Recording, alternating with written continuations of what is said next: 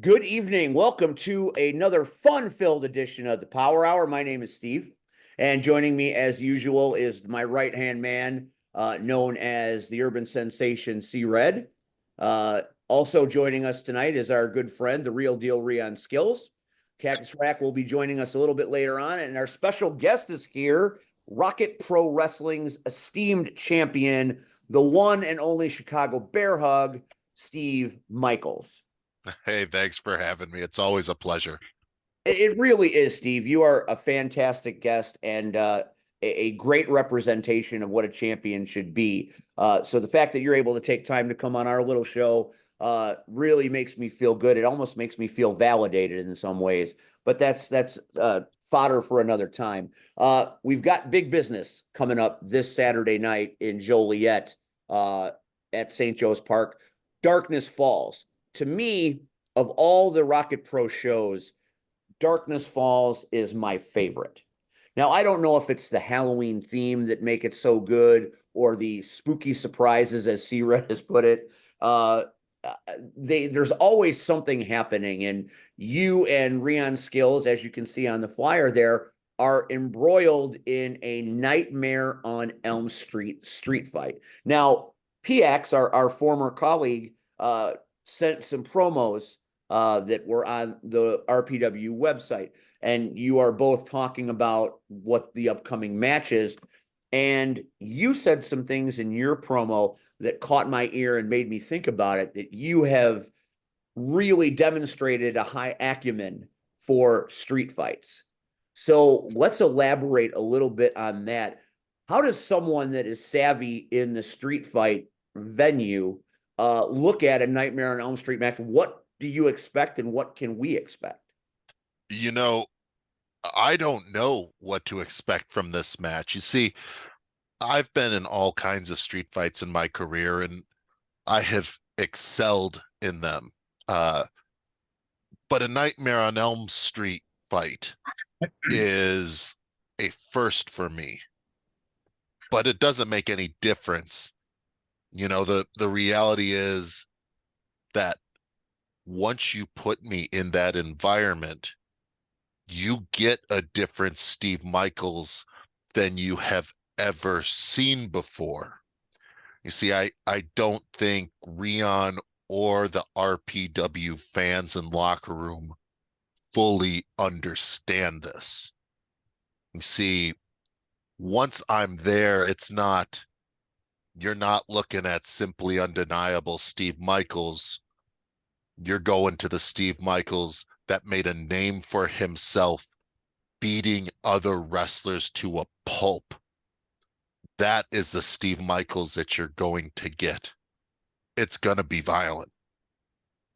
Well, I mean, with a name like a Nightmare on Elm Street street fight, it certainly has an air of supernatural violence that certainly could occur. And your reputation well precedes you when it comes to this kind of match, sir.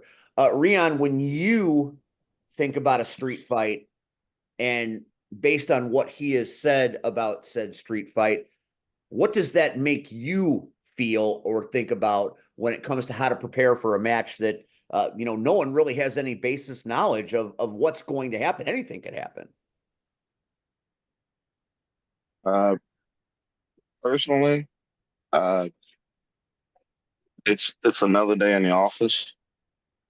Um, I've been wrestling a very long time, so just street fights are it happens. I know that sounds weird because we're supposed to have matches, supposed to go as far as rules, but within the last 5 years or so, people have just kind of ignored rules when it comes to the wrestling business. Uh, as far as I am concerned, it's just the nature of the beast. Whatever happens there, uh, the only thing I can prepare for is everything and nothing at the same time. When it comes to professionally, um, I have to recognize who Steve Michaels is. Uh, I know he came on here and said that his whole thing is that he recognizes that he's going to have to be a version of himself that he's never going to that no one has ever seen before. And my thing is that I've I've seen a lot of him, and I have to look at it from a standpoint of I know what he's capable of. I completely understand what he is as a competitor, as a wrestler, as a champion, and he has competed at the top of all of those things. Um, as far as just trying to figure out what type of match it is, it's nothing that you can prepare for. The match itself, I'm in the same boat. I am looking forward to see what takes place as far as the match itself. But from a professional standpoint, it gives me a chance to go out there and just do the impossible or defy the undeniable, so to speak. I mean, that's certainly that's certainly a take. In that take that Rion just had, it directly differs with what you said, champ. He says he kind of knows what to expect. You said nobody's seen this side of you before. Does the fact that Rion has studied you and maybe does know you, does that give him a bit of an advantage? Because if he knows the street fighter that you can be, maybe he's unique in the locker room as someone that maybe could take you to task and beat you at your own game, so to speak. It's an interesting take. You know, everyone thinks they're unique. Everyone thinks that they're going to be the man that takes down Steve Michaels. And look at history. Look at history. No one has done it yet. I have become the most dominant wrestler in RPW history. I am becoming the most dominant wrestler in Chicago history. And there's nothing anyone can do about it. You know, to Rion's point of him having studied me, having seen my tape, having seen my matches, see, that's all well and good, but I keep a lot of tricks in my pocket that I've learned from my days with the Legacy of Brutality in OVW. I picked up so many tricks from wrestlers who've been doing it a whole hell of a lot longer than I have. And Rion, I promise you, you're gonna see some of them. I mean, that's a pretty interesting statement. I mean, you've been in these matches before, you've worked a certain kind of way, but you haven't revealed everything, you know, and the Legacy of Brutality at OVW, I mean, that's a legend, that's notorious. That is a notorious faction that we have seen and we know of. See Red, I'm going to direct the question to you. Not being in the match, but knowing both Michaels and Rion as well as you do, what do you see coming out of this match? I mean, it's hard for me to put my head around it because, you know, I've gotten to know Steve Michaels pretty well over the last several years, and I've been watching Rion since his PCW days. So I have an inkling of what I think might happen, but then to hear them talk, maybe I don't know anything. And that's a common thing. What do you think?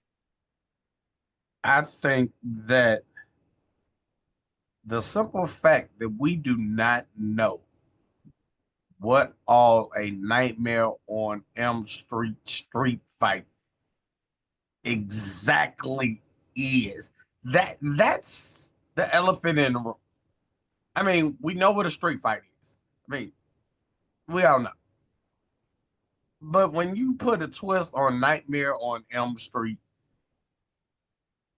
I mean, we don't exactly know. I mean, you know, is it dollhouses in play? Is it gloves with knives on the fingertips? You know, is it in the boiler room? I mean, so that part is unknown. Now, as far as everything else, um, and please, champ, please don't take no offense to it. Please, please don't. But history has shown us, and I am the master of shenanigans. I've been doing it a long time. With even it should be a one-on-one match. On paper, it is one-on-one. With Damian Saint, I'm still trying to figure that out, but okay. He is your second in your corner as your manager. I'm still trying to find the Illinois license for that. But anyway, we always know where there's one undeniable, there are 2, 3 behind. So really, this match could be a handicap match, right? And because it's a street fight, I would think that makes it legal in a sense. You know, like, a street fight. I mean, really, the bell could ring. The rest of the undeniable could run out, just beat down Rion. Steve just stand in a corner somewhere.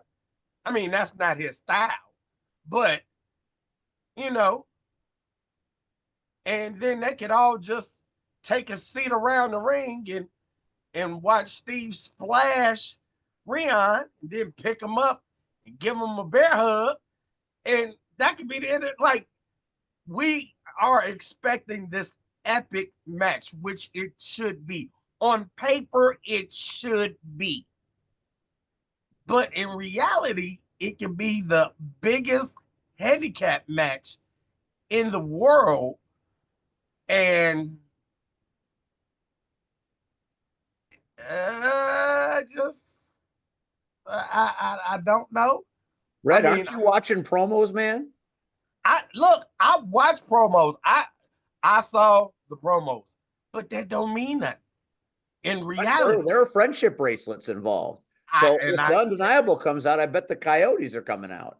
But again, there are more undeniables than there are Coyotes. And let's be honest, again, I'm the master of shenanigans. If I'm Damian Saint, again, do you think I'm not gonna have more shenanigans, more melee to pull off my sleeve? I mean, again, we've seen it time and time and time again. But Steve, go ahead. Look, Red, I respect your take on this, and I trust me, I see exactly what you're saying.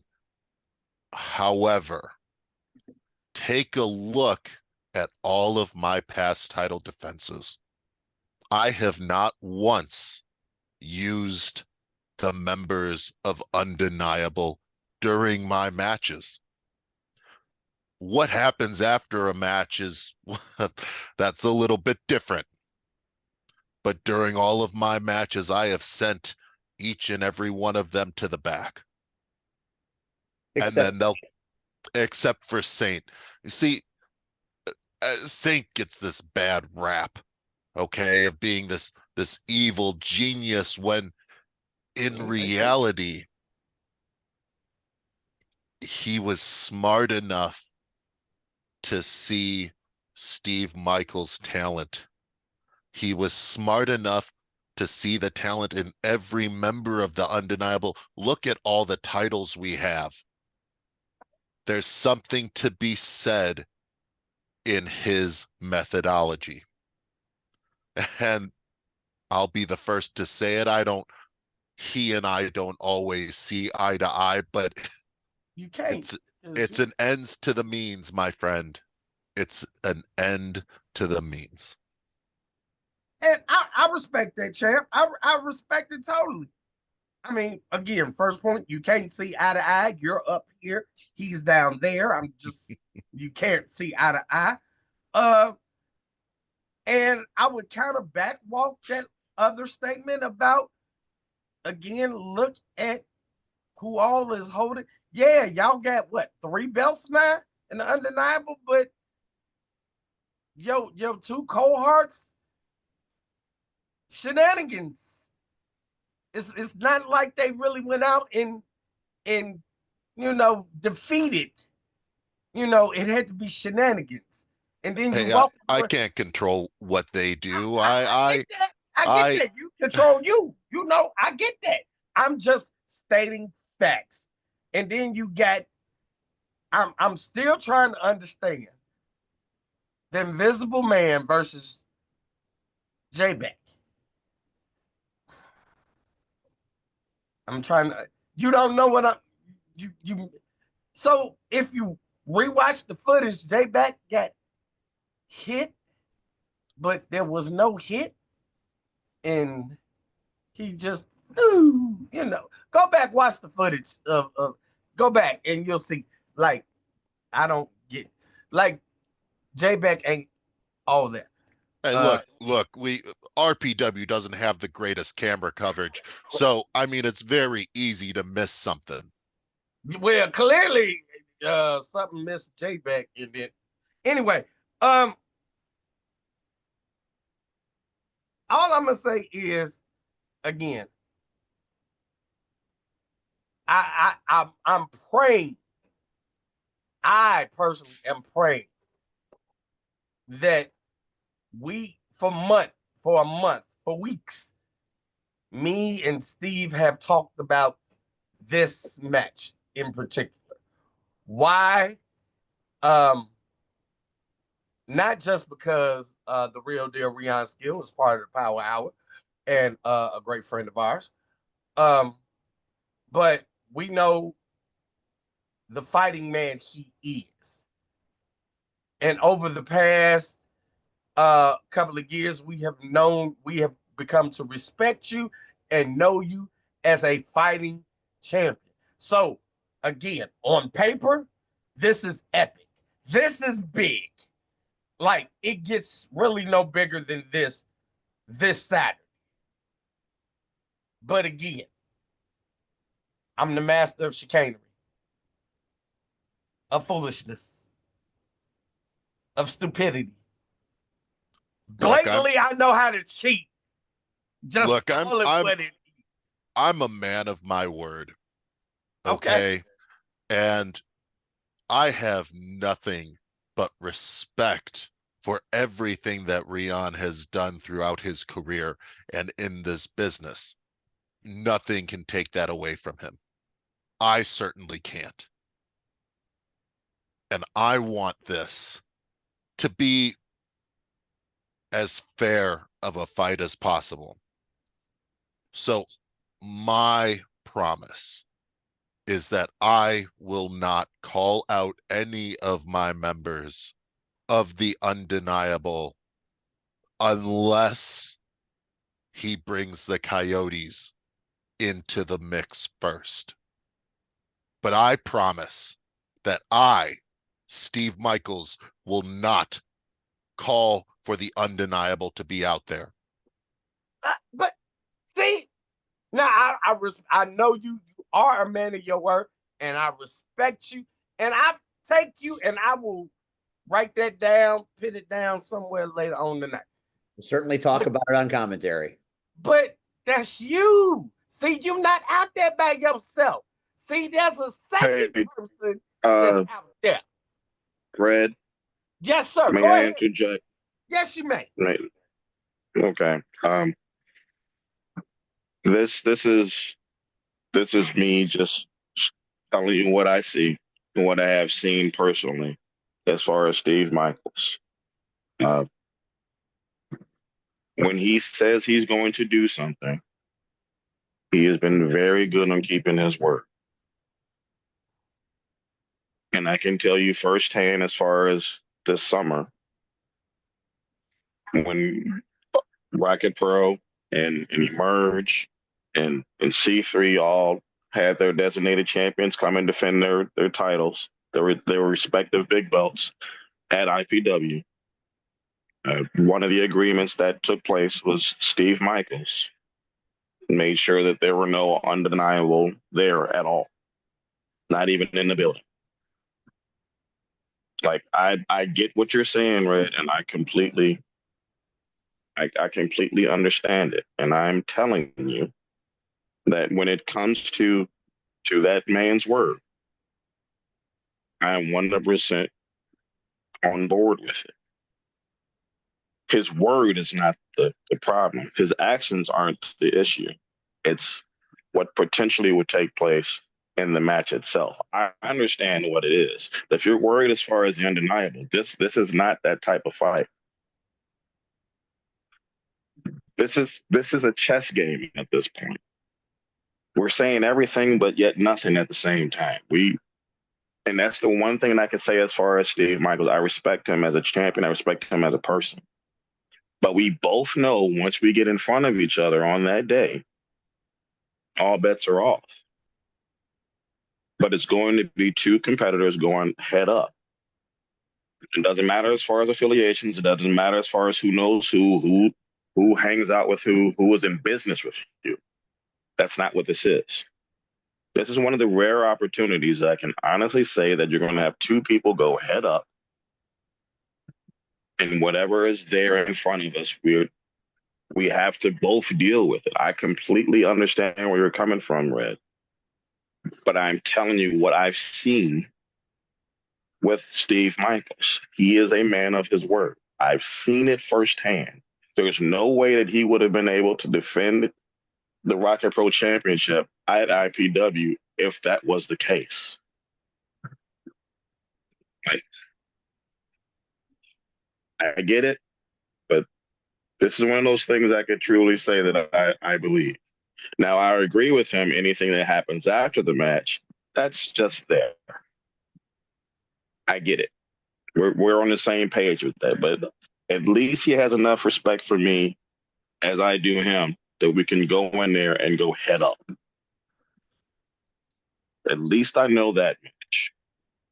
Now, please continue whatever you're going to say. But this is documented. I've seen it firsthand. He's not lying on this. Okay. And I totally respect and agree with your opinion. My thing isn't about This isn't opinion. That's what I'm saying. This is actual fact. So you haven't been at IPW to see it firsthand. He did not show up with the undeniable. And he very well could have. And I get that. But understand, this isn't IPW. This is RPW this Saturday. And it's not about his work. Because if he says it's just you and him, mano y mano, fist to fist, Batman versus Joker, let's get it on. I'm down with that. It's the second. Understand, I've been a second for the longest. So I know. Let me put this in your brain while you're sitting here trying to debate with me. Are you willing to be that second at this particular match? I don't have a problem with it. Then the best thing for you to do, because now that you have it documented on this screen right now, is talk to the board of not IPW, but RPW for Rocket Pro, and hopefully things will work out accordingly. I don't think that you should. But if you're so worried about this particular scenario, then I feel like you should do what everyone else has done and put your money where your mouth is and be on the other side just in case. Now, I'm not telling you to. This is you being concerned. I understand. But if you're willing to put yourself out there in that scenario, I'm all for you being a second. But I would also like to talk to Mr. Michaels and make sure that that's okay. Would that be okay, Mr. Michaels? Look, I have zero issue with it. See, I am so confident in my performance this coming Saturday.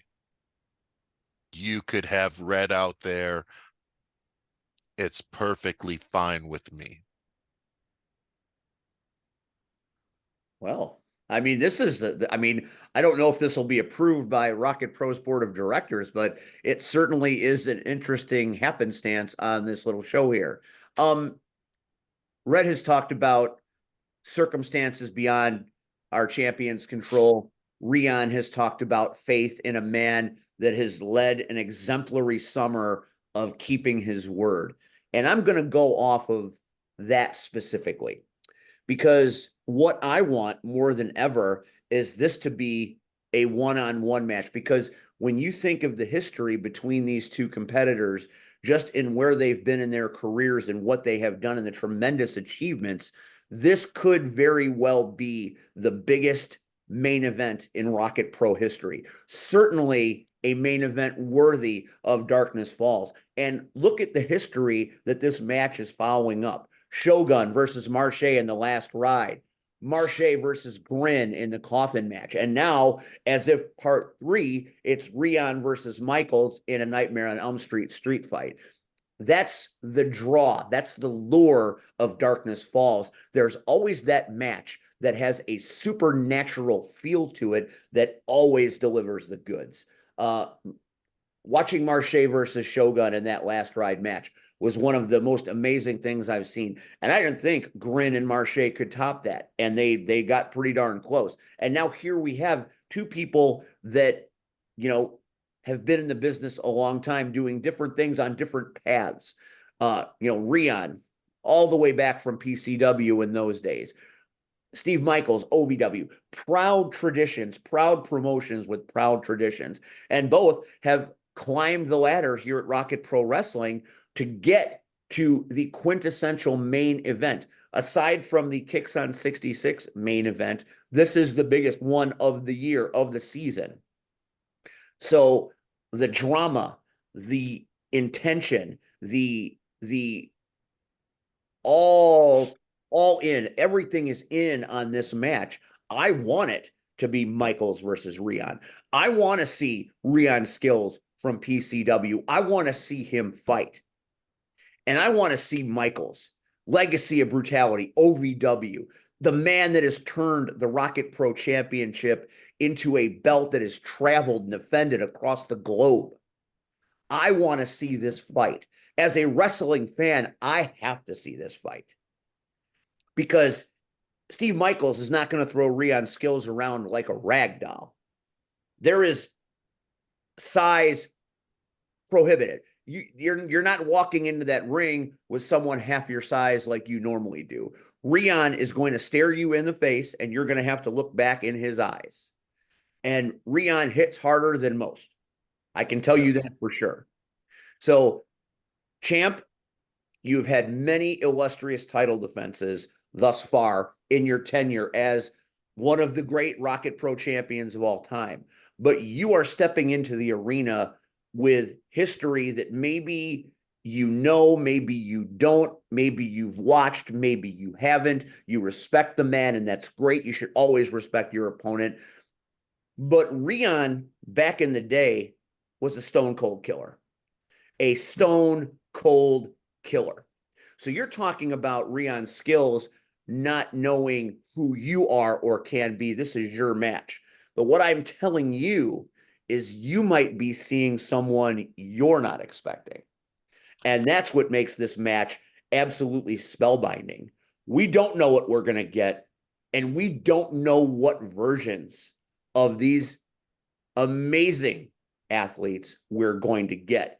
And that's what makes this Saturday in St. Joe's Park the biggest match in Joliet this weekend. Hands down, no consideration. This is where wrestling is happening, and it's going to be amazing. What do you say to that, Mr. Michaels?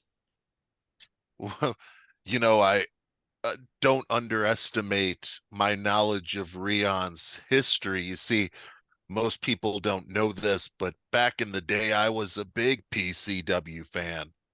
As a fan, I went to the shows and watched Rion wrestle. I know very well what Rion can do when he's at the top of his game. However, this isn't 20 years ago. This is a different Rion. And I respect him. I respect the hell out of him. But I also recognize that he may have lost a step here and there due to the ravages of time. And that's okay. It happens to the best of us. And if I need to put him down and end his career for him, well, then so be it. I don't want to do it, but if I have to do it, I will, because this title, my RPW Heavyweight Championship, is all that matters to me. This is the most important thing in my life. Without this title, I have nothing. And there is not a damn thing anyone can do to take it out of my hands, just short of ending me. You want to talk real, Steve? That's a shoot for you. This is my title, and it is not going anywhere, ever. Rion, do you have a response to that? Because that's pretty intense. Professionally, the last person that said that I had a step or two behind, I took their title from them at Rocket Pro. That happened. You can go ahead and look at that. From a professional standpoint, I get it. Time is undefeated. I completely get that. I'm looking at it from a standpoint, and I'm just going to be honest with you, Mr. Michaels. I'm not trying to win the match. I'm trying to end the fight.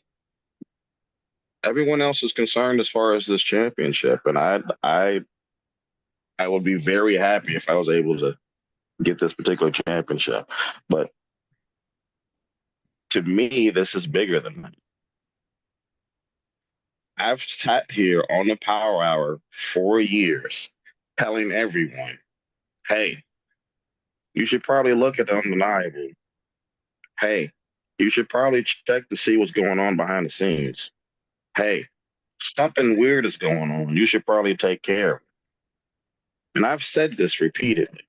Yeah. You just happen to be there. You just happen to be there in the limelight. And this is the thing that people don't seem to understand. Because I didn't just go on the Power Hour. I went to multiple outlets and said, hey, when I did what I did to Maximus Orion,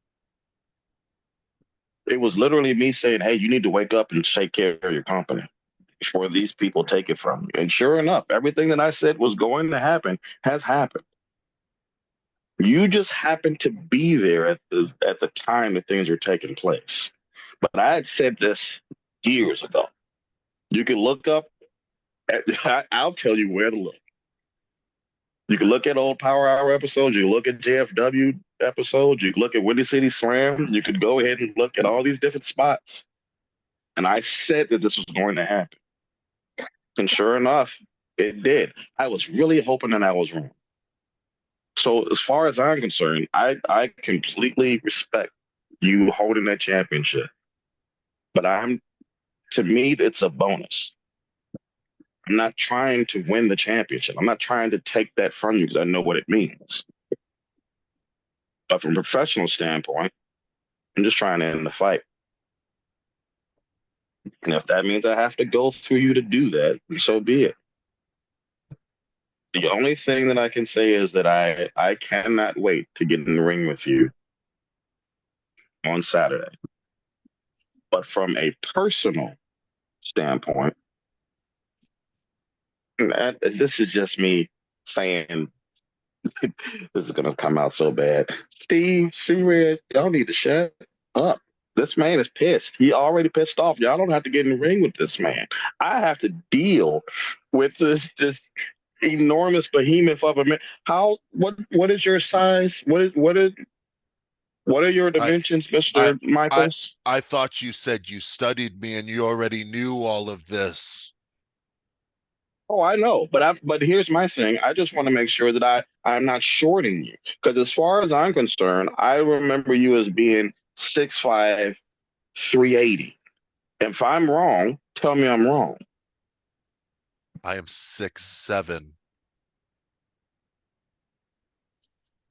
See, See, you've grown. see, You've this is grown since the this last is time what I checked. And this is what I'm saying is that you clearly don't understand what you're up against. See, I'm done acting like this is all fun and games. Okay. See, you come in here and you're laughing and you're making jokes and you're trying to make things fun. This isn't fun for me. This is my life. This is my career. This is my title. And see, if you want to beat me, if you want to prove a point, then that means you take my title. And so you can't play this game of just saying, oh, I don't want the title. I just want to lay Steve Michaels down. No. What you have to do is you have to take my life from me. And that sure as hell isn't going to happen.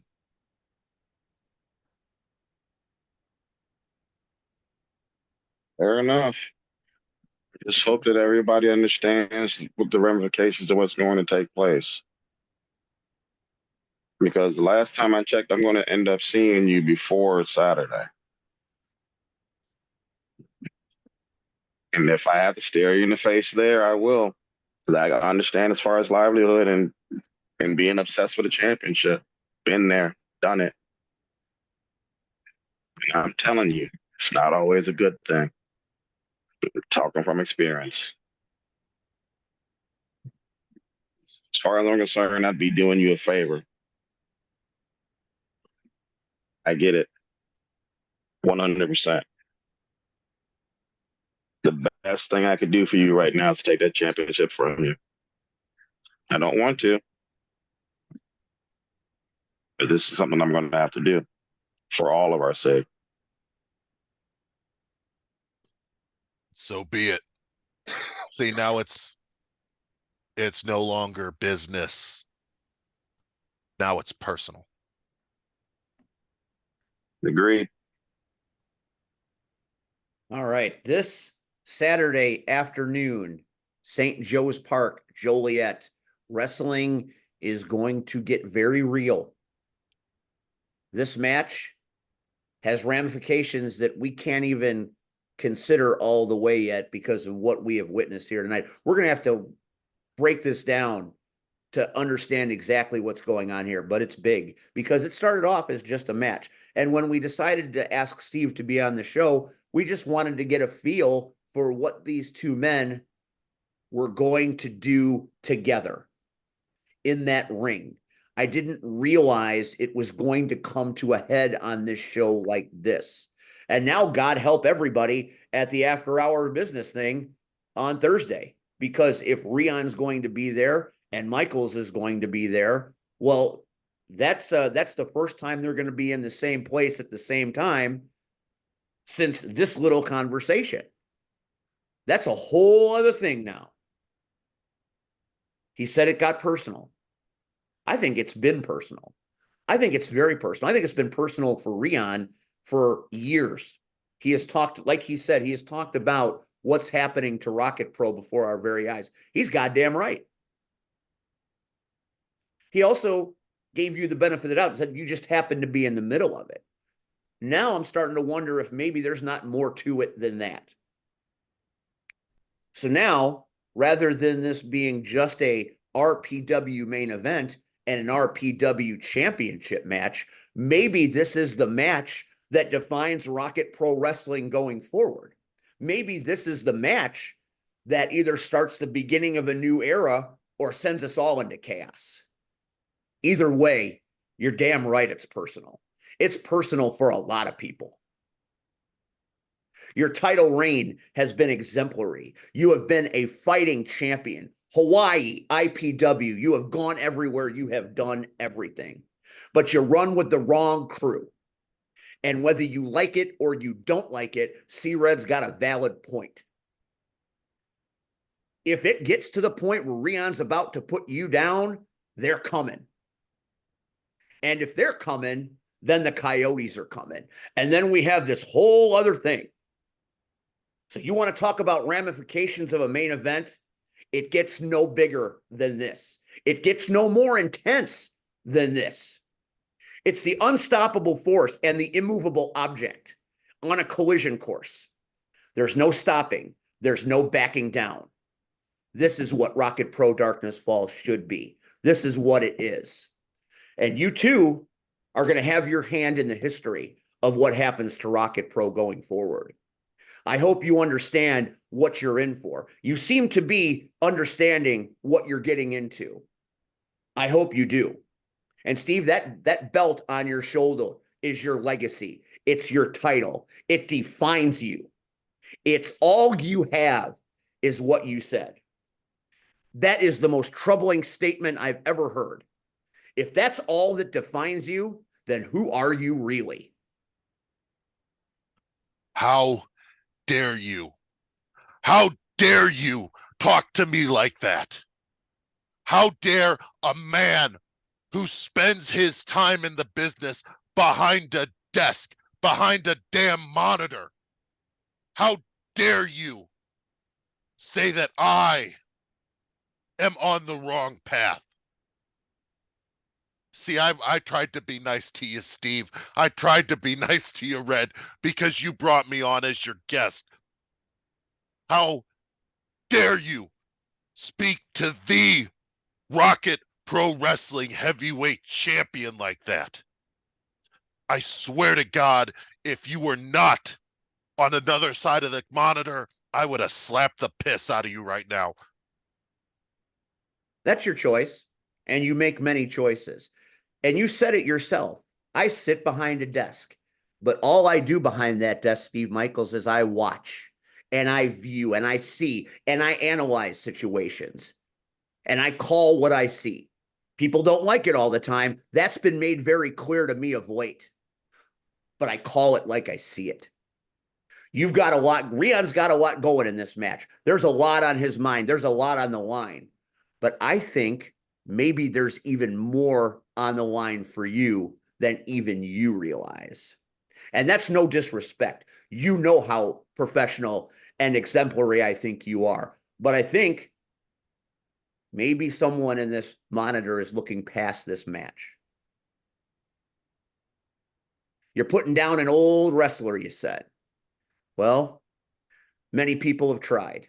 Not many have succeeded. I said Stone Cold Killer, and I meant it. I can't wait until I have left Rion laying in the middle of that ring, broken, a shell of himself more than he already is, and walking right up to your face, raising my RPW Heavyweight Championship up in the air and making you say that I am still the champ. That is certainly a scenario. Maybe it's even a likely scenario, but question is, are you going to come up to me, Steve Michaels, with the championship belt? Or are you going to come up with me along with a group of your friends? Because in the end, whether you say you're a man of honor or not, you're judged on who you run with. And brother, a man of your character, a man of your success and experience is running with the wrong pack. You called him a genius. The term genius and Damian Saint should never be used in the same sentence. He is a parlor trick, and you are his latest obsession. He spits him up and throws him out. And as general manager, he can do just that. What happens if you do lose your title? Is he going to keep you undeniable, or is he going to discard you like everybody else? I am the undeniable.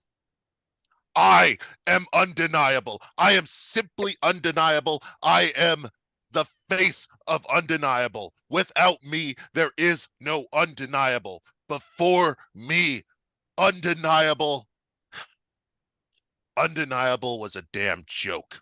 Oh, I gave the undeniable legitimacy. I have brought the undeniable to power. I have brought the undeniable to glory. Not Damian Saint, Steve Michaels has done it. So don't act like me losing this title is the end of undeniable. See, undeniable is me. that is a statement that we are going to talk about on this show for months to come. You have made yourself abundantly clear. Rion, you have heard this man talk. You've heard me talk. You have heard Red talk.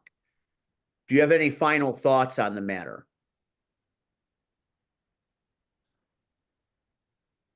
Only that I can honestly say that just listening to Steve and how passionate he is as far as Mr. Michaels, as well as you, Mr. Aaron, just listening to everyone,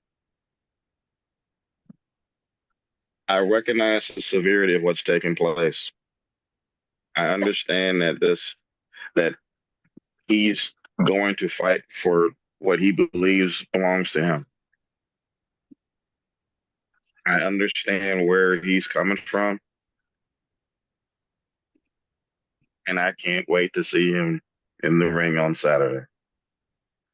Because I've said this plenty of times to you, Steve. I'm playing with house money. We got nothing to lose. He already feels that I'm underneath, that he is undeniable, and undeniable is him. And that's fine. I'm playing with, I know for a fact I'm playing with house money, and I cannot wait. I cannot wait to get in there on Saturday. May the best man win, sir. And I will. Steve Michaels, Rocket Pro Wrestling Heavyweight Champion. Whether you believe this right now or not, it is a great honor and privilege for you to come, for me personally, for you to come on this show. And I take no pleasure in saying what must be said. Sometimes hard truths are even hard to say. It gives me no joy to tell you what I see. But it doesn't change the fact that you aren't one of the greatest wrestlers I've ever seen. You aren't one of the most impactful personalities that I have ever seen. You aren't one of the most professional human beings I've ever witnessed in this business. And I've gone a lot of places in my 11 years. And I wish you the best each and every time. Every time you go out there, I want you to do what you do because it's good for business. But this might be one of those times, Mr. Michaels, that maybe undeniable isn't as undeniable as you think it is. And that hurts me to say.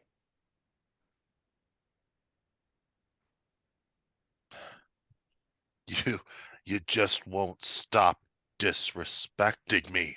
Nothing to do with No. See now, you know that I am undeniable. You know I am the undeniable. And now you're talking about the undeniable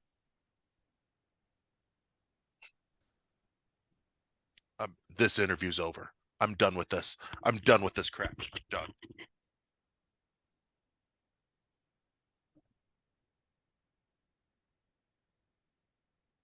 I'll rebut it like this. He's so sensitive. He's not wrong.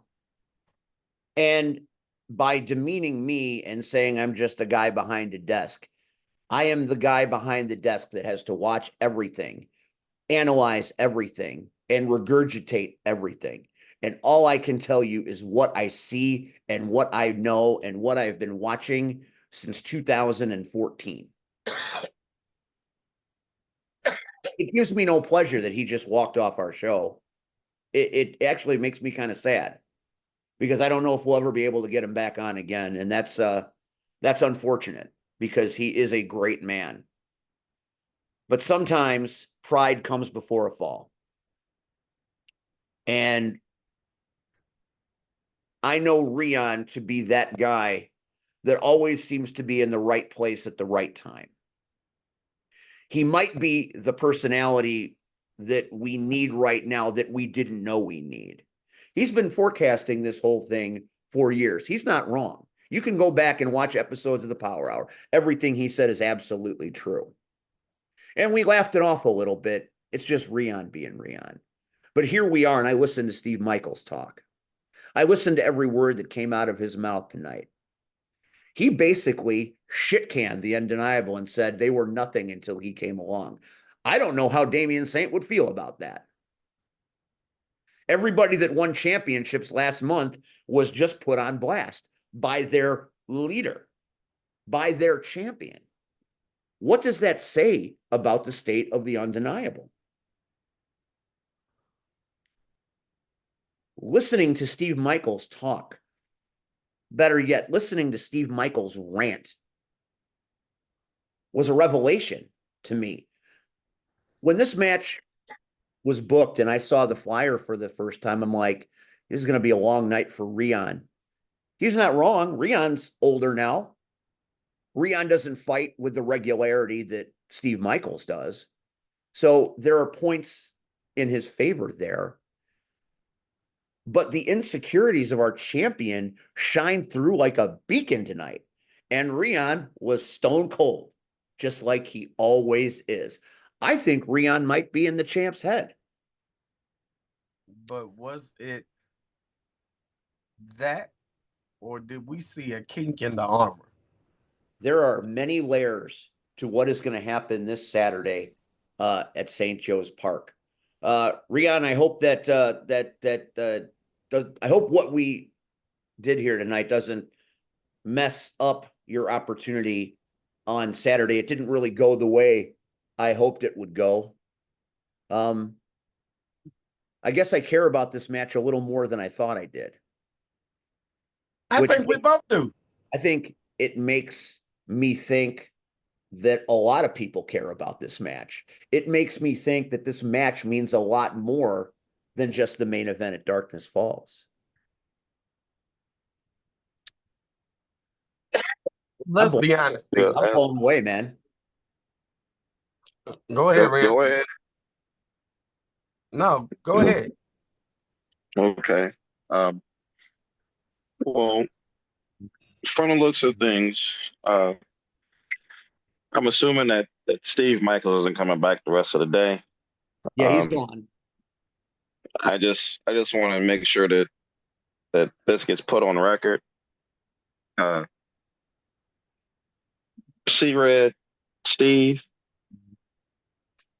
if that man jumps off of a top rope and splashes me, as soon as I get up, I'm coming to both of you. Because of the way that this man is just it was fine. Everything was fine. And then the both of you decided that you wanted to keep talking to him like I'm not in the room. Like I have to deal with that now. I have to deal with it. And I hope you guys understand like what is going to take place. Because I meant what I said. If I go down, all I have to do is end the fight. That's all I have to do. I understand what it means to win that championship. And I know that we are being very serious in this aspect. But this 6'7" man, this 380-pound man, you have now pissed off more than I did. And now I have to go in there and deal with that. So now I have to go to I have no choice. I have to go in and I have to prepare as if it is last decade. I have no choice. This is a different breed that I have to deal with. Like I have zero options in this scenario. So I'm just letting you know, as soon as things go down, I'm looking right at you guys, and we're gonna see who flinches first. I'm not worried about Mr. Michaels. That whatever happens in the match, that's going to happen. But anything else that's happening on the outside, I'm looking at both of you. Let's see how strong the power hour really is on this day. I guess Just gonna put that out there for the world. I guess I owe you an apology. Perhaps I let my emotions of the situation cloud what we should be trying to do here. Perhaps I let my disdain for Damian Saint and everything that he stands for cloud my judgment. Perhaps I let my judgment be impaired of the respect I have for Michaels that he has tarnished of late. Maybe I shouldn't have said anything at all. I started the interview by letting Rudd go. My original plan was not to say a thing, but as I've been reminded many times, sometimes I just can't help myself, and that's not a good thing. It's a great thing, Steve. It is a great thing. I'm sorry, and I hope it doesn't go badly for you because of something we said or something we invoked. That was not the spirit of what we were trying to do. We were trying to build up and hype a match that we all have vested interest in, especially 100%. This particular Saturday when there are many options. We want people to know that we have the biggest fight happening in the city at St. Joe's Park. That's what I was trying to convey. But, you know, I'm not Dave Prazak, so maybe the gravity of it is less. But I'm sorry if I got you into trouble. You know, the irony of that statement, Steve, is that no one knows what you're talking about other than you and I. I don't think it's that ironic. Oh, 100%. But I am very aware of what's taking place with this scenario as far as myself and Michaels. But C-Rate is aware of it. You are aware of it. And all I'm saying is if there's something on the outside of the ring, I'm going to be looking at you. We're going to see how strong everyone. I'm going to be looking at you guys directly because I only have two fists. Let's be real. I'm going to be honest with you. I have told many people this, that for the next 12 months, I'm Ricky Gervais at the Golden Globes. If I feel like I need to involve myself in a situation, I'm not asking permission. So if that's what you're asking, if shenanigans are afoot, I got nothing to lose. House money. You said it yourself. And Red hopefully is going to be in your corner because now that it's out there in the universe. If we get that approved. But let me No. say No. You went and said you were the master of shenanigans. You were the master of stupidity. You were the master of Rion's got you, motherfucker. You said it. Said all of these things. And all of these things you said. And now you got to pay up. You got to do it. You can't come on here every week and say how you were the greatest, how you the GOAT, how you do all this stuff, and not cash in on being said GOAT. You cannot do that. This is one of those times. And because my history has proven what I have done. Second, I'm not going to apologize for what I said because while I understand it is you versus Michaels, Again, history has shown, and let's be honest, you would not have said it for over a year, that the undeniable, something was wrong. Nobody was paying attention. It just wasn't one person interfering and doing what they wanted to do. No, it was a group of people. I know Saint. Saint took my playbook, slapped his name on it, and then called it undeniable. Again, there's nothing. So to say, oh, if there are people or if there are things on the outside, really, it's the undeniables. We see what they do time and time again. And it ain't just after the match. Again, they do it constantly.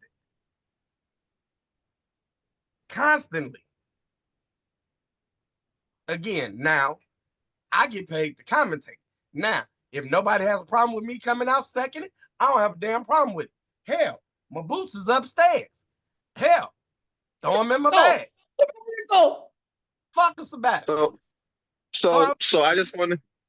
So just making sure that you understand this. All of everything you said is 100% true. It does not change the fact that you are indeed the Nova winner for match of the year for last season. It does not change the fact that you have put yourself in this position of being one of the greatest managers of all time. And you have also put yourself in this position to say all these things to Steve Michaels, to where he can now go and talk to whoever he needs to talk to. And I'm telling you that if I get outnumbered, there's only so many coyotes. You already said it yourself. You've already said that everyone is doing their own thing. You have an army of LIM members that you can go and call your grandkids and grandbabies and granduncles and everybody Oh, I'd else. love to see So that. I'm looking right at you. That's so I'm looking good. right at you when I say this, that I'm looking at you directly, because no matter how much you say,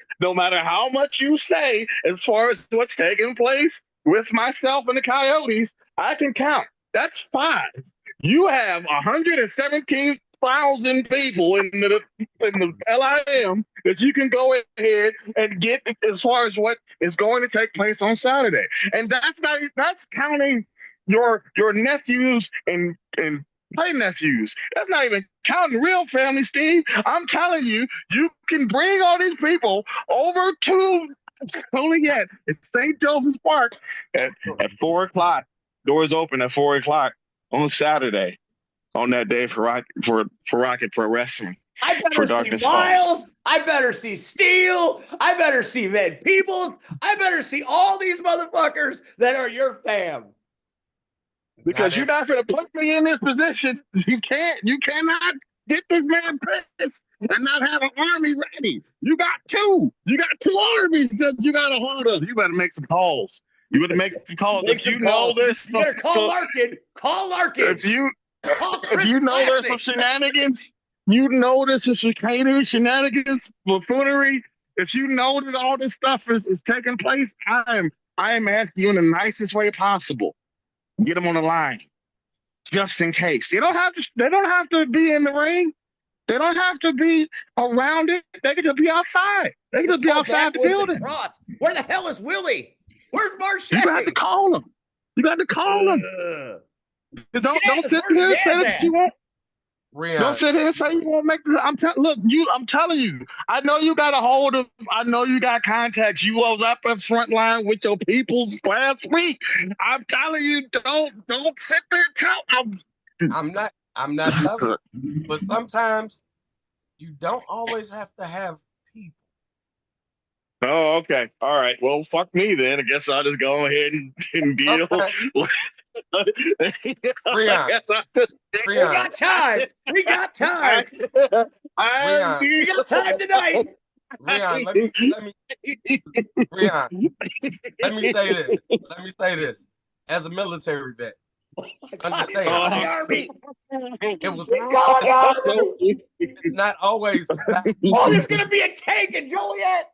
It's not always about how many people you got behind you. It's about the arsenal that you carry on you. That's gonna be packing. Oh shit. This is You- that's amazing. I'm going back to mute. I'm going back to being muted. You guys, I've done one. I've not done one photo. You do what you. I'm going back to being muted, yo.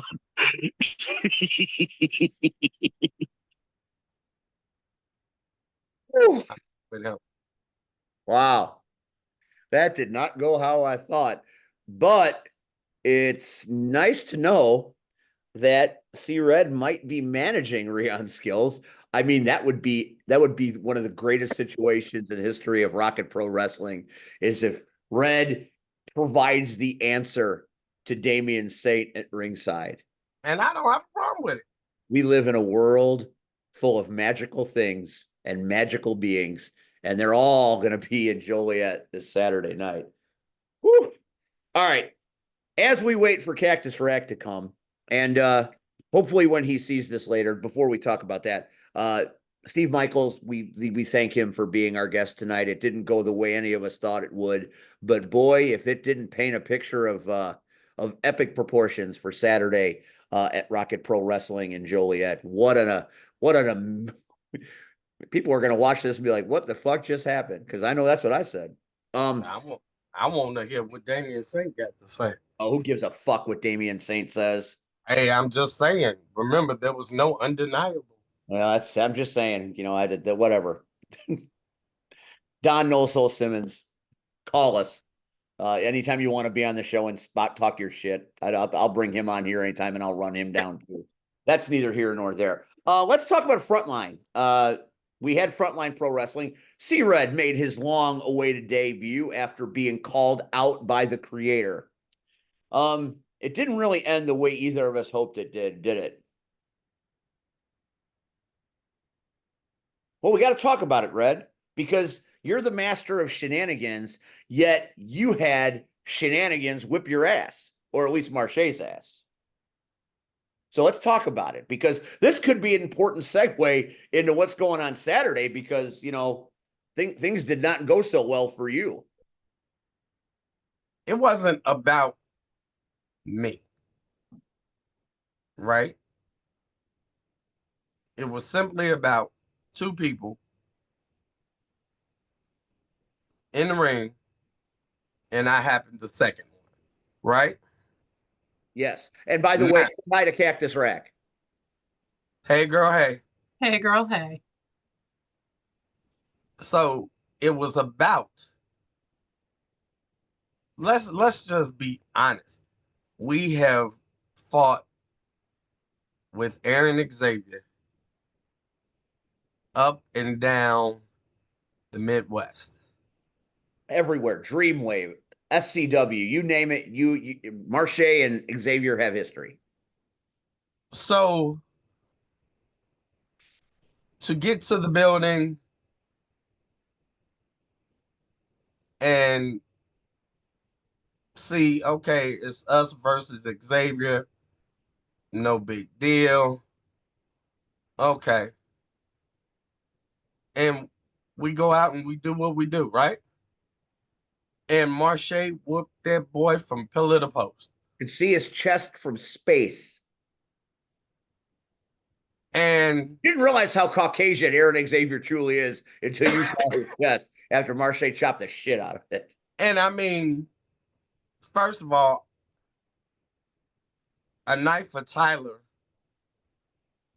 was, for me, very overwhelming. From his parents talking to the video package that was played, and to see people hanging off the rafters. There was not an inch of space that people did not, like, they were packed in that building. I didn't even try to figure out a head count. I didn't, because it would have been hard. I mean, from the bar downstairs to the bar upstairs to the other bar in the other spot, there were people outside. I don't know if you know. There were people outside. So very overwhelming for me, you know, especially knowing what a great person Tyler was. And it's even crazy that I say that, like I know him personally, but just the way people talked about him, you could tell like you knew him. So to go out, and me and Marche, you know, we gonna represent. And Marche told that boy up. Aaron Xavier, for everything he tried, Marche had an answer. Now,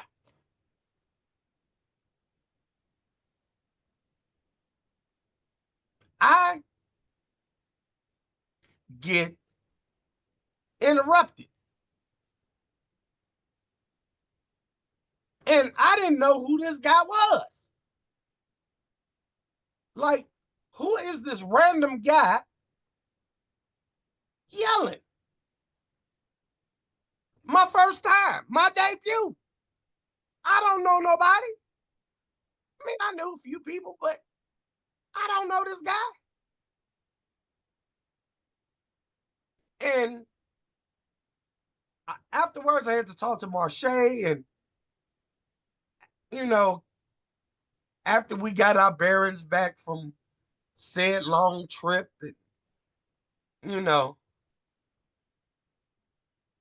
about 8 o'clock that morning, I had somebody to send me footage.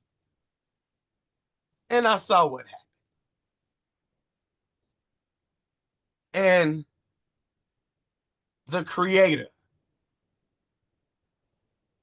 had brought in Aaron Xavier to be the newest member of the Renaissance Fair, or the Two The Fairies. Rapture. The Rapture. Or as I called it on commentary, the Crapture. Well, the Crapture. I like that better. Anytime Aaron Xavier's in something, it's the Crapture, except for when it was the ARC. Anyway, this was his plan all along. Yep. And this was the one time I'll backwalk what you said. I wasn't on my game because I was so hyped up by what took place just a few weeks ago with Ben, Logan, and Marche. And I'm writing off the emotions of Marche. And okay, we just here to shut everybody down. And not thinking about this crapture taking place. But that shows what I say is right. Aaron Xavier couldn't beat Marche. It had to take Ben to hit Marche with a belt to do that. So we regroup, and we're going to come up with a counter offer. I And hope so, because I'm going to need you. here, There's a war afoot. They are coming for me. no, they're not coming for you, Steve. Ben, the faker of the crapture, you name the time, you name the place. All Day Marche Rocket with C Red versus you. And we want a title shot. We demand a title shot. But I don't want to cut you off, but this is great. And I'm sure Ben will see it, and that's fine. But I hope he does. Well, I'm going to do you one better. Next Tuesday night on this show, the creator is asked to come on to address you directly. I don't give a fuck. I'm challenging him now. Well, you guys can talk about it a little bit. So Ain't a little bit. I hope you got the whole 2 hours. We're gonna talk about Valor that's happening on Friday. We'll talk about Night for Tyler. We'll talk a lot more about Frontline next week. We'll talk about the Jet Avalon Warhorse match that stopped traffic. We'll talk about the match prior to that, Quinn Whittick and Jason Hades, 2 instant classics back to back. It was wrestling heaven. So we'll talk about all of that next Tuesday night when Ben McCoy. We won the title shot. Red wants a title shot. And now, since we've talked about Rocket Pro, we've talked about Frontline a little bit. We'll get more into that next week. It's now time to talk knockouts with our favorite knockout, hands down, Cactus Rack, Russian Blue. You know her, you love her. Hello, girl. Are you sucking up to me now after last week? Absolutely not. Chapel Roan still Absolutely sucks. is. Hazel heard you say that Chapel Roan still sucks. I want you to know that. So I think you're no longer a favorite. Well, that's okay. I think she takes back her hi, don't you? She does. She no longer says hi to you. She says hi to Red. Hi, Hi to Hazel. Rion. Say hi, Red. Hi, Red. Hey, sweetie. Does this mean that they don't want to come on before the minors bout? Is that I don't know. I think you're going to have to listen to the entire album, The Rise and Fall of a Midwest Princess. And Pink Pony Club. And listen to Pink Pony Club. I'd rather listen to Drunk Kesha. Didn't we What's do wrong that with Saturday? Kesha? Didn't we do that Saturday? I think we did do that Saturday. All right. So This isn't going to be a Q&A, Steve. it's okay. Just then go, girl, go. Okay. So do you're familiar with comic books, I am assuming. Yes.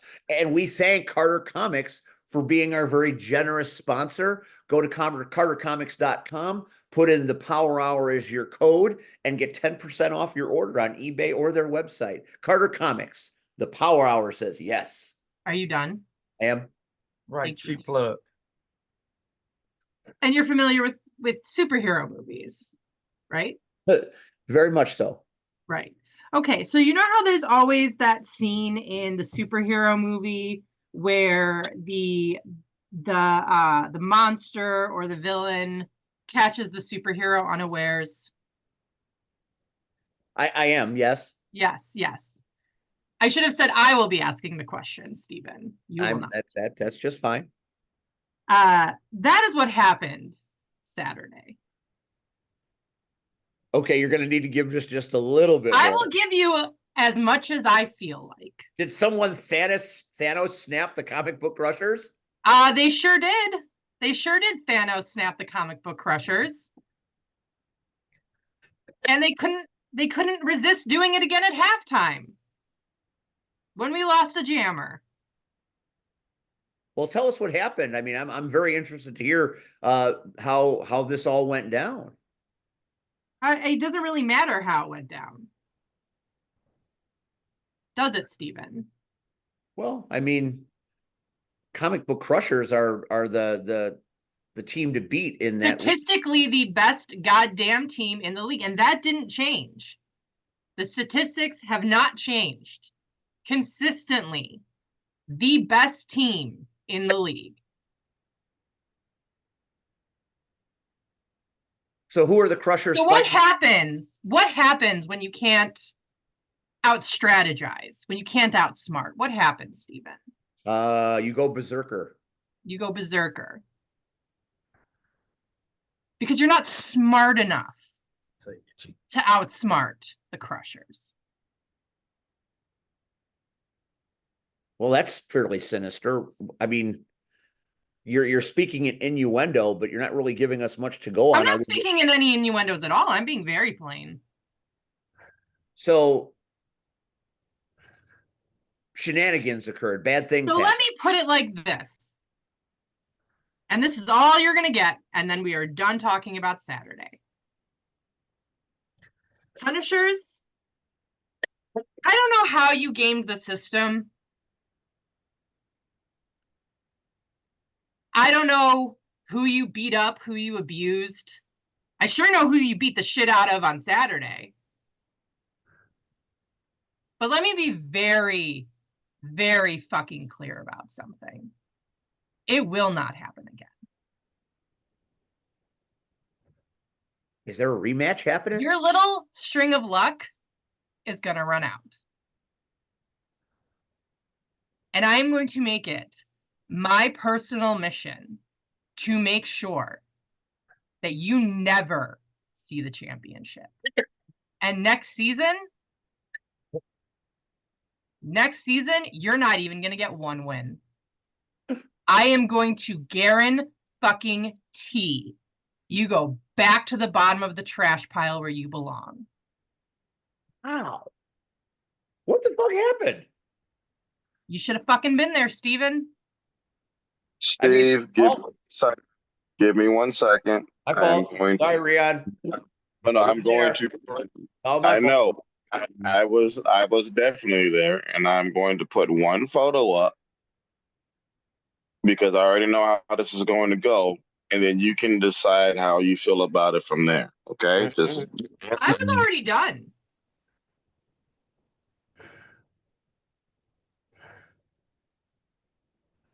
I'm waiting for the photo. Okay, well, the photo may come, it may not come. You got to give me a minute, Steve. I'm working hard right now. I'm working hard. Oh God, there are bodies everywhere. Holy shit! Now, that looks like a car crash. What the fuck happened? She said she was done, Steve. Where the hell's the fight refs? I beat the shit out of Rion. You beat the shit out of Rion? I beat the shit Why out of did Rion. you beat the shit out of Rion? Because he got in my way. It's one of I us. think something that you all have forgotten is that I'm not a good guy. I didn't. But before anyone else says anything of the sort, I just want to put this disclaimer out. Okay? I got fault. I didn't get the shit beat out of me. I got fault. And when I say fault, I mean multiple people fault me on that day. She just gave me the worst of it because of what's taking place. And based on how this episode started and how it was right before the frontline thing, this is going to go over well at the end of the day, isn't it, Steve? So go ahead. All I'm doing is reacting to one photo and some. Oh, I know, and I'm telling you, I'm giving context to what Sedusa Russian Blue Cactus is saying, and that is because I'll be honest. What happened with me was at one point I was on the ground and I continuously got pummeled to the point where they had, you know how they had the guy with the drum, the 808 drum. So it was getting to a point where I was getting my ass beat to a soundtrack, Steve. Like I counted it. It was 14 of consecutive hits from her while the drum was playing in succession of what she was doing. And those are the ones I counted. That's not including the ones she actually threw beforehand. Those are the only ones I can remember because I remember the beat as I was getting humbled on the ground. That's one ass whooping that I took on that day. So I just want to put that out there since she has indeed put that out there, that she did indeed beat the shit out of me. But focus on the photo that I sent you. If you want to know anything else, I would gladly talk to you about that off the air, not here.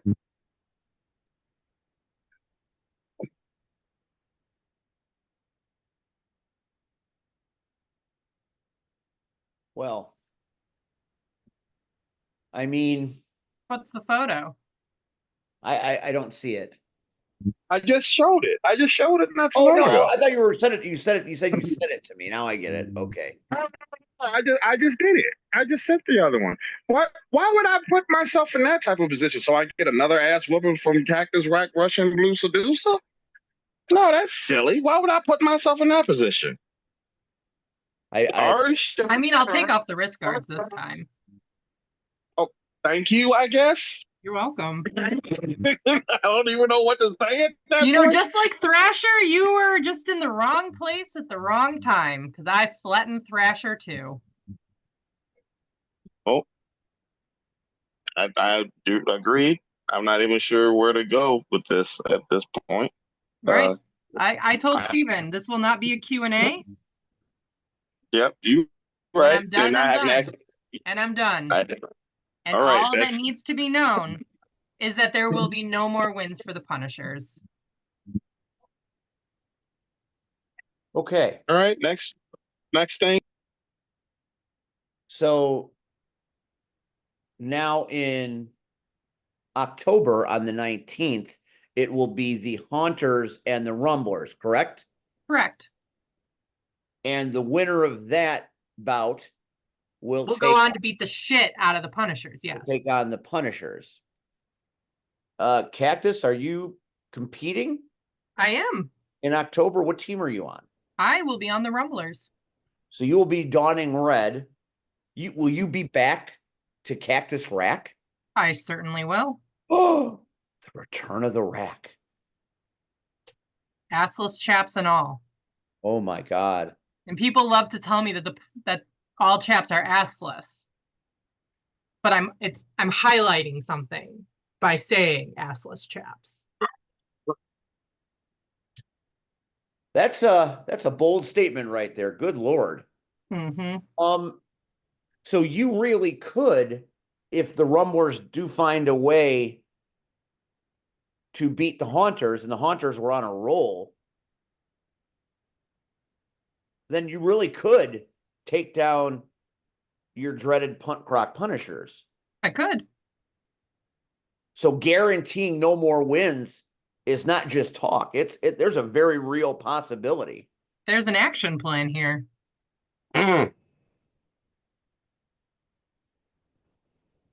So, message to self, don't miss any more bouts. No.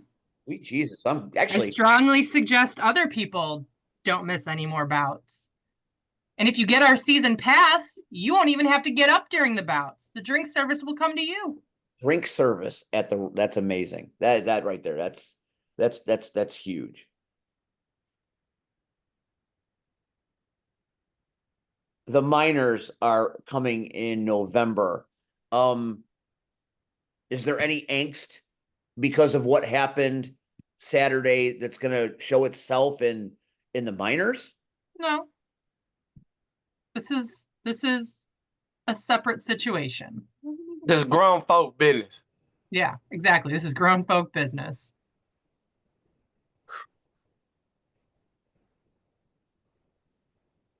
Wow. I was not expecting this whole show. I was not expecting such in bad intentions. Escalated quickly. And I've never had good intentions, Stephen. There's nothing else you can tell me about what went down Saturday. Steve, don't poke the bear, Steve. Please don't poke the bear. I'm poking the bear. No, you definitely are, Steve. I'm telling you, this is one of those times you're gonna have to just be quiet. She already said no questions. I will gladly talk to you about it off the air, but I'm telling you, this is one of those times you're gonna have to just let it be. You just gotta trust me on this, Steve. You just gotta trust me. You just gotta know what the priority is, Stephen. It's Right being now, at the knockouts. Right now, I'm just weighing the consequences of asking more questions. Don't.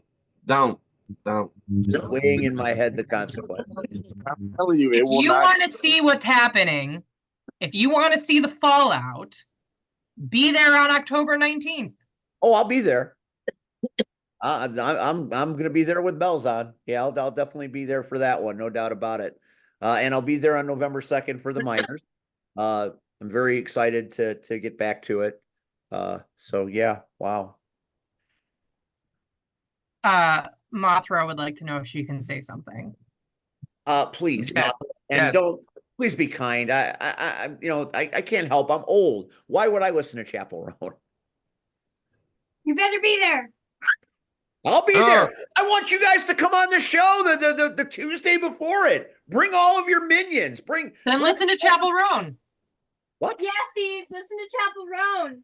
Yeah, Steve. I'll tell you what.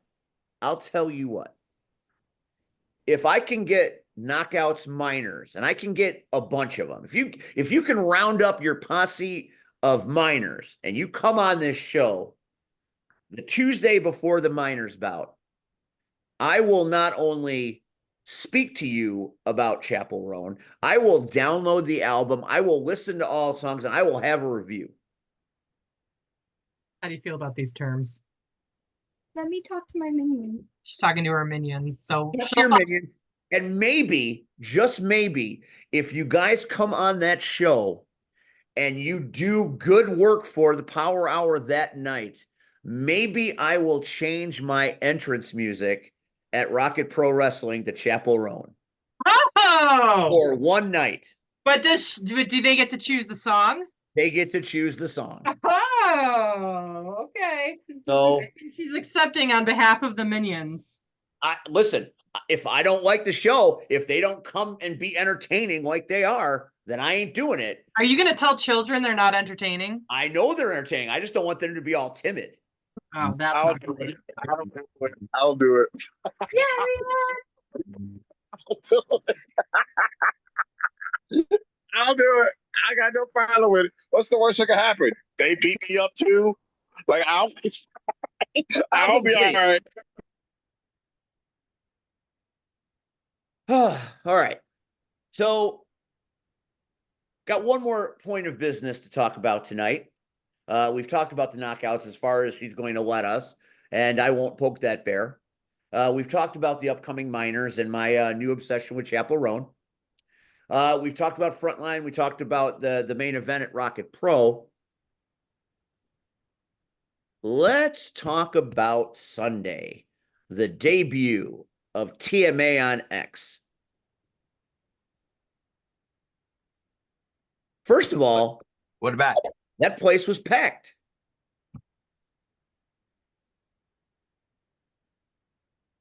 When I got there, I said, man, you got a lot of seats out there. Do you think you're going to fill them all? And damn if they didn't.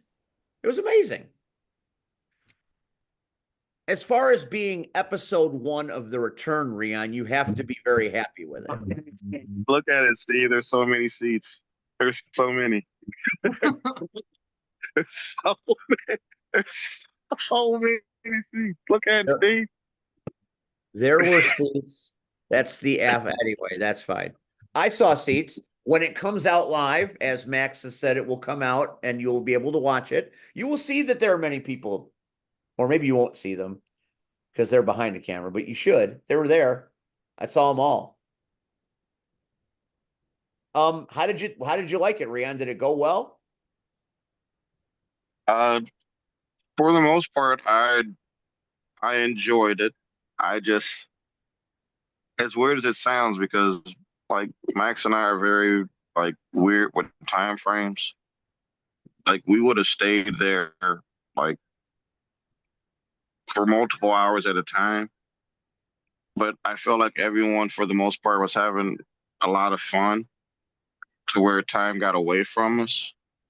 But it was the first time that I had to be like, hey, you have X amount of minutes because of things that were going on.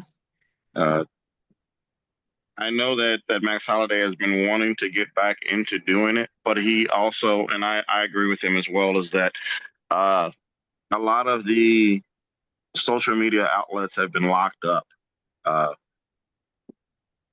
Max Holiday and myself respect like what takes place with the Power Hour and the things that you guys do, but I do feel that, especially now, like you don't need a morning after on Facebook, on YouTube, on that.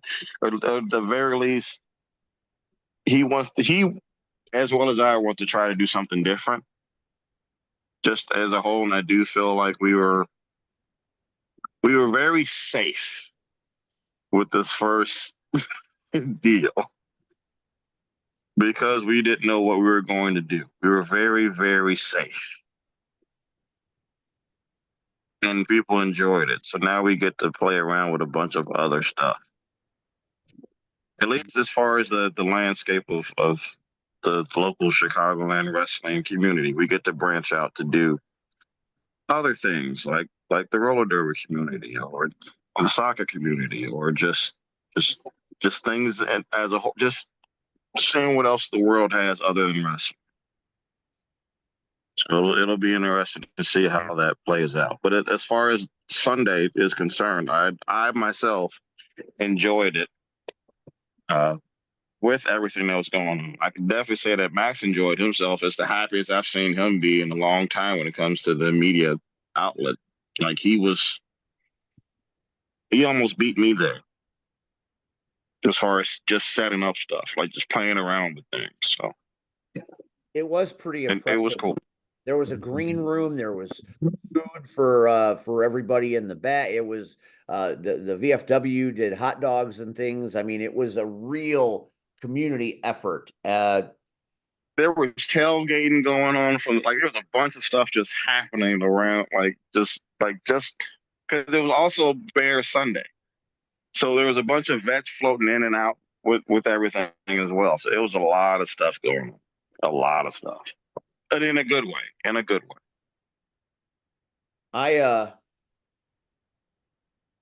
You had a great guest. I thought Vic Capri was as good as he's ever been in an interview situation. I learned more from that man that day than at any time I have interviewed him myself.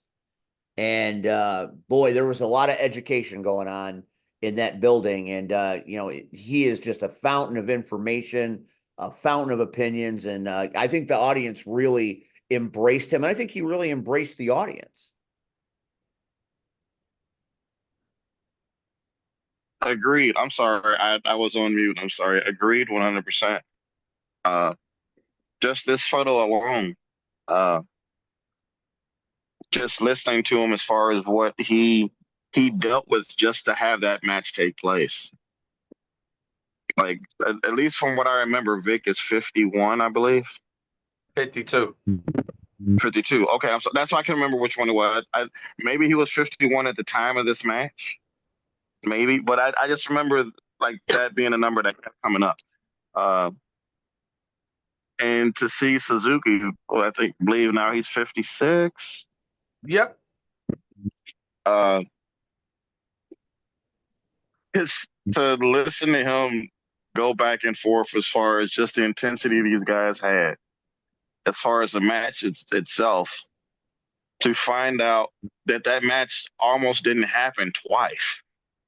Like it just listening to that as far as what had to be done in order for that to even be a thing was pretty awesome in itself.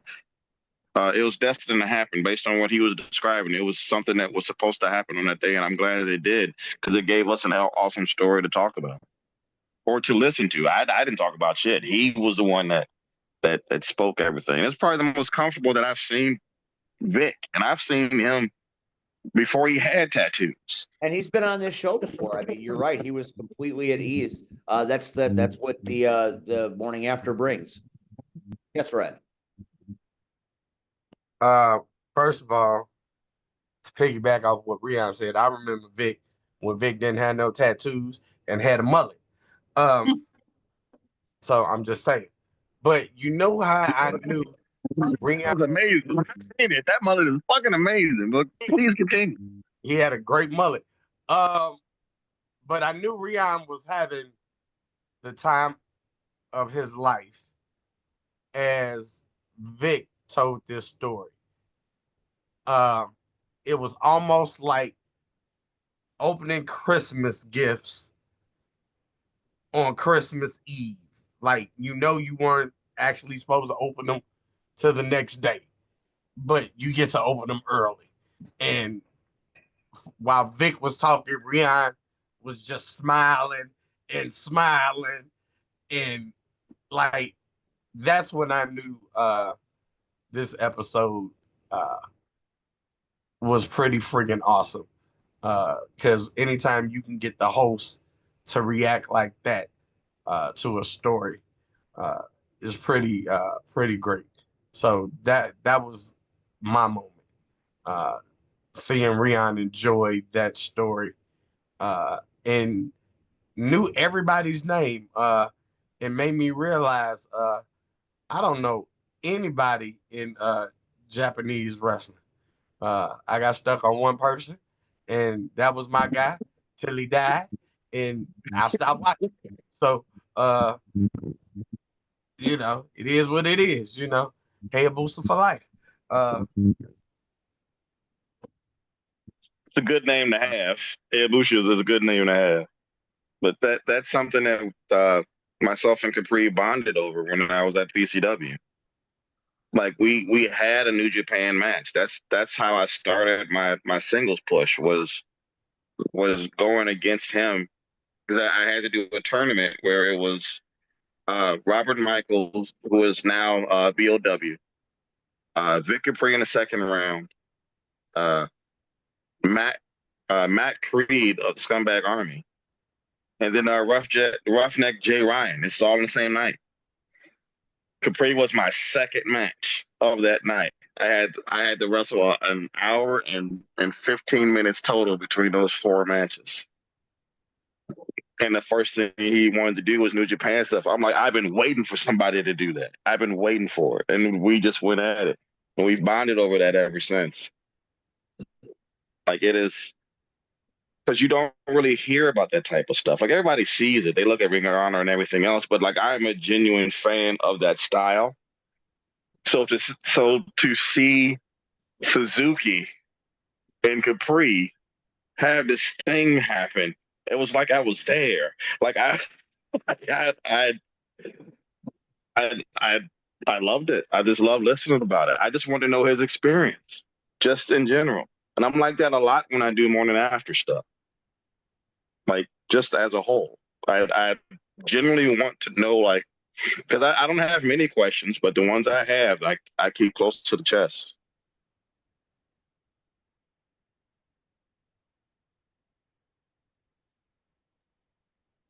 Oh, You guys can go ahead. Right, yeah, you go. That's my fault. That's my fault. I thought you were going to continue. Yeah, the thing about the morning after for me is all the times I watched and all the times I was fortunate enough to be on it, it's always a great place of learning where you get to see things happen and you hear conversations and you hear about stories and you can take something out of it. And I wasn't expecting that it would be that way this time because we were opening and we were kind of in on the joke and all that stuff. But of all the morning afters I've been a part of, this one delivered the most knowledge and the most information that I've had at any of these shows. I learned a lot that day, and I wasn't expecting to learn anything, but I learned a lot that day. And I also got a chance to watch the people react to everything that was going on. And everybody was all in and invested in this show. And that's why I've always spoke so highly about it. And that's why it was such an inspiration to what we do here. We were, I always looked at us kind of like, we always hope that the original show comes back. When the $6 Million Man, I'm going to show my age here. When the $6 Million Man stopped making new shows, it was depressing because that was my favorite show. And then a few years later, Lee Majors came back as the fall guy. Wasn't exactly the same thing, completely different plot, but it made me feel better because I was missing that show. And I've always kind of felt like to the morning after $6 Million Man, we were the fall guy. And, to have it come back and to be a part of the return and then to be able to talk to Vic Capri beforehand and bask in his knowledge tree and to listen to Rion speak on things and then listen to the show and really listen to what was going on. It was a remarkable experience. How about you, Red? Sorry, microphone. What? So Cactus. So one of the things that happens on the show, there are certain things that I beat the shit out of Mike. That's just what it is. I don't try to. It just happens. It's just that's why there were so many. Oh, okay. Because so I know at a certain point a mic is going to get dropped. The mic, like it doesn't matter if it's on a stand. It doesn't matter. I just when it comes to that show, I don't know what it is. I will tap it. I will hit it. I'll drop it. Just what it is. So I would end up apologizing to these microphones every time I got a chance because back in the day, these were Max's microphones. Ah. So I would have to apologize to him every time that, like, sorry, microphone, I'm sorry, I did not mean to touch you. It just happens. To the point where Max would end up apologizing himself, and it became this running gag that would happen throughout the shows. So, because sometimes we wouldn't even be doing anything. There was one time that we were sitting there and we were just laughing, and he headbutted it. And we both said, sorry, microphone at the same time. But there's just a bunch of like weird running gags like that would continue to happen throughout the shows that we just made canon. It's just a thing in it. No, Like I the like that. That's whatever my one. kind of shit.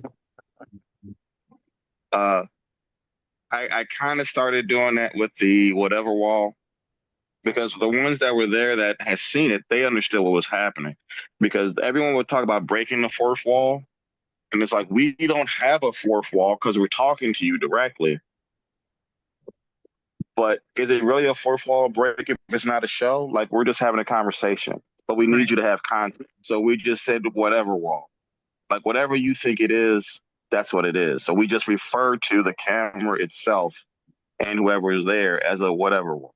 If you hear it, you do. If you don't, it happens. You can go back and listen to it. Like there's a bunch of little things that we would say to give context to the thing that's happened. Like there's a bunch of stuff that's taking place. And again, for me, sorry, microphone was just iconic because again, the best times for me would be Rion. He's still sitting down, but he's moving around, or they're laughing, and boop, hit the microphone, and it's like it happens so much, not so much as in every episode, but at least once in every episode, it's going to happen where somebody's going to hit the microphone. 9 times out of 10 is Rion, and Just say it again. What? I said not on purpose. It would just happen. No, I know, but that would be the beautiful part of it. Is again, is just something that happened, and for either you or both of you to say sorry, microphone, so that was my personal love for the show. I never had a shtick like that on my original show. And Sunday, if I didn't thank you for having the Power Hour. Me, Steve, and Cactus. I must say, Rachel and Steve, I'm very proud of both of you. I think we did a phenomenal job not having anything wrote down or any kind of direction to go in, and we pretty much we kept the crowd entertained. And I think that's why they asked us to host. Very much so. So, Yeah, I think you had a lot to do with that, Red. Yeah. Sleep deprivation. I know how that goes. And I will say that my favorite part of the Power Hour deal was when Sean Danger got called up. And because I knew exactly what was going to happen because I saw it in his eyes. I saw it in Sean Danger's eyes. As soon as it went down, I was like, "Oh, he may punch him. He might punch Dave." Steve, did you know, or did you expect something different? Um, sometimes in situations you're brought in for a purpose and you try to give what is expected of you.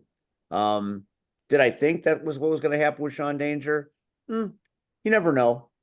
You always try to do the best you can, and you always try to have the best plan. Sometimes it works, I sometimes it think doesn't. next time choose anyone but Sean Danger. Noted. Strongly don't think there'll be a next time, but noted. Oh, shut up. Well, I will say this flat out: the only reason that it wouldn't be a next time is because you made that decision, Steve. Mm-hmm. Yes, that is that's so. That's right there. That's actual.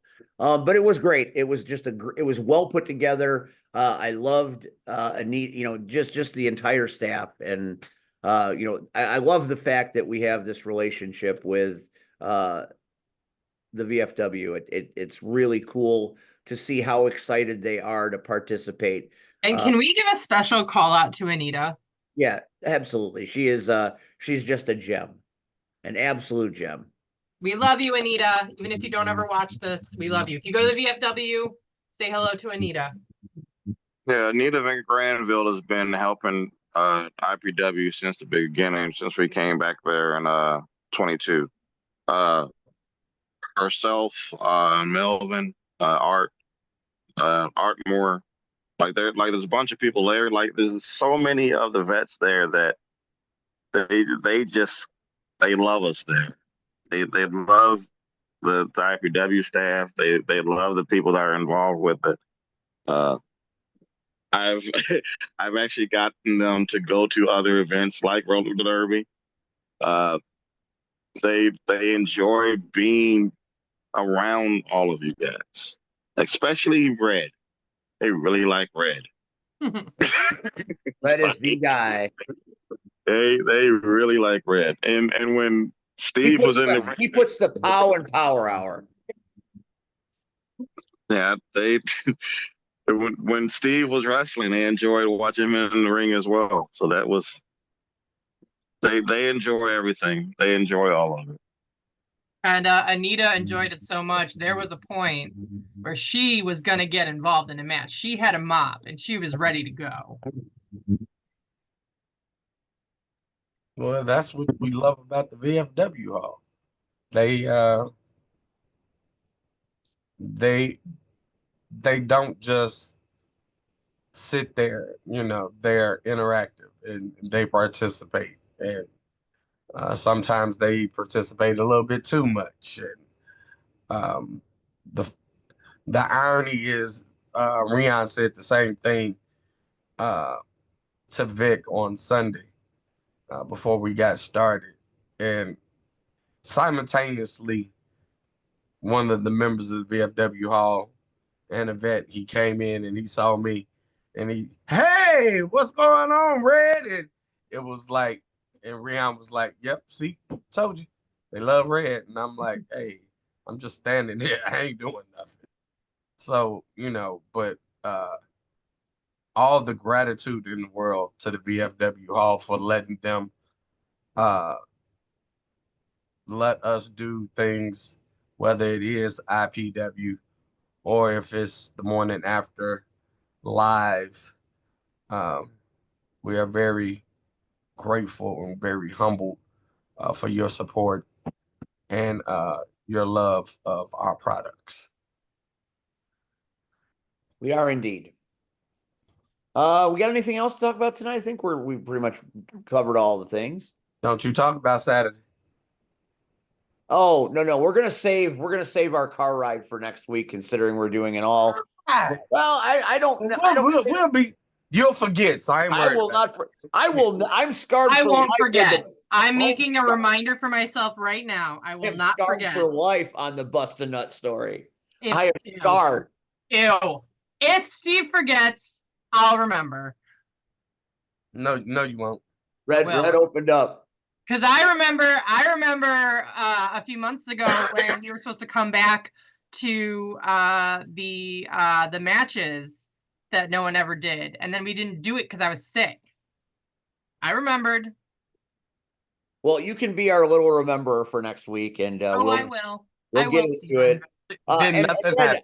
it'll happen because I need time to put into words all the things that were said in that car, and then I need time to remember all the snoring that happened on the second car ride. Hey man, I was tired and sick. He read like a lost child at the Quick Trip. Oh my Had my God. watch going. They Jesus got the fucking Christ, how best. long are you gonna be in a Quick Trip? They got the best fucking muffins ever. Oh my God. And that creamer. Oh. That creamer. You've never seen anybody more excited about fucking creamer in your life. Hey man. And we can segue that into the bust a nut talk. We Hey, can just segue that right in. I'm just telling you, man. Got my reminder set. Now somebody else said there's another gas station we should be looking for. Bunchies or something. I don't know. I don't know that one. All I know is where Muggsy. It's got a beaver as a mascot. Bucky's. There oh, isn't a Buc-ee's. Bucky's there. Yeah, I've heard about. Okay, yeah. Bucky's No. are in the south. I think they're No, gonna they- get one soon. Well, I'm just saying, Bucky's Again. is amazing. all I know is Steve kept saying, "Oh, this gas station is great. It's wonderful." And the first one he went to, I'm like, "Damn it, this ain't that great." I'm like, okay. But then the second one on the way back, and it was like the heavens had opened up. Oh, and I guess I was supposed to just use the bathroom and come back out. That didn't happen. That didn't happen. No, I went grocery shopping. He did. He came out with 2 bags of shit. I'm So like, that was I a had quick one trip. Yeah. Because Did you get yourself a quick trip rewards card? no, because I don't plan on making that damn trip that often. Shit. But it's good to have. No, Okay, just use Andrew's. I'll give you his number. I will. I'm going to say this publicly for everybody to hear. Everybody that travels more than 3 hours to get to a show, I tip my hat to you. I commend you. I applaud you. But I like Steve. I don't know how Steve is getting ready to do it all over again. yeah, Friday. I couldn't do it. No way. That's a whole lot of energy drinks. I got to branch out in other states. Well, I'm glad you heard that advice on Sunday. I did. There's lots Guess of what? I already branched that. I did my branching. You did your branching. All right. Well, this has been a great show. Thanks to Rocket Pro Wrestling, champion Steve Michaels. You can see Rion Skillz versus Steve Michaels this Saturday night in Joliet. It's going to be spectacular. Darkness Falls. That's one of my favorite pictures of all time. That's me and my wrestling sons. That is live at the Quick Trip, and that was a blast. So there you go. There's living proof that I have wrestling children. I don't have as many nephews and cousins as you do, but I got a couple of really good ones. One of which just got married. The other is the significant other of our good friend Cactus Rack. So, well, the one that just got married is my nephew. Remember? Well, your nephew, my son. Damn, we gotta. And I better be your nephew long before Andrew's your nephew. That's all I gotta say. Yeah, it's out there now. You're my love. You're my love. You're my love. Okay, I'll take Don't it. miss Rocket Pro Wrestling this Saturday night, Darkness Falls. It's my 3rd anniversary there. My first show was Darkness Falls. My first big match that I got to call at Rocket Pro was the last ride match with Marche and Shogun, and it's been great ever since. Oh yeah, don't forget the Rion Rum Runners. There's the Rion, the Rum Runners. The We funny drinking part them. is Rion doesn't drink, so But we do. we'll enjoy a Rum Runner on commentary, that's for sure. So again, there's drinks, there's food. It's going to be great. they're Chet Gunderson hors d'oeuvres of some kind. I didn't catch what they were, but I know they're out there. Like there were pretzel bites, suburban German pretzel bites at the last show. Right. There's a Chet Gunderson fare. I saw a photo of Chet. Rion will put it up before the show is over. I'm sure he'll find it. Thanks to Cactus for coming on and dazzling us with innuendo and imagery of what was the knockouts. Mhm. That's pretty much it. That's all we got tonight. Next week, the creator comes on here, and I'm sure that will be delightful. And you know, obviously, thanks to IPW for having the Power Hour be on. Thanks for always instructing, teaching, and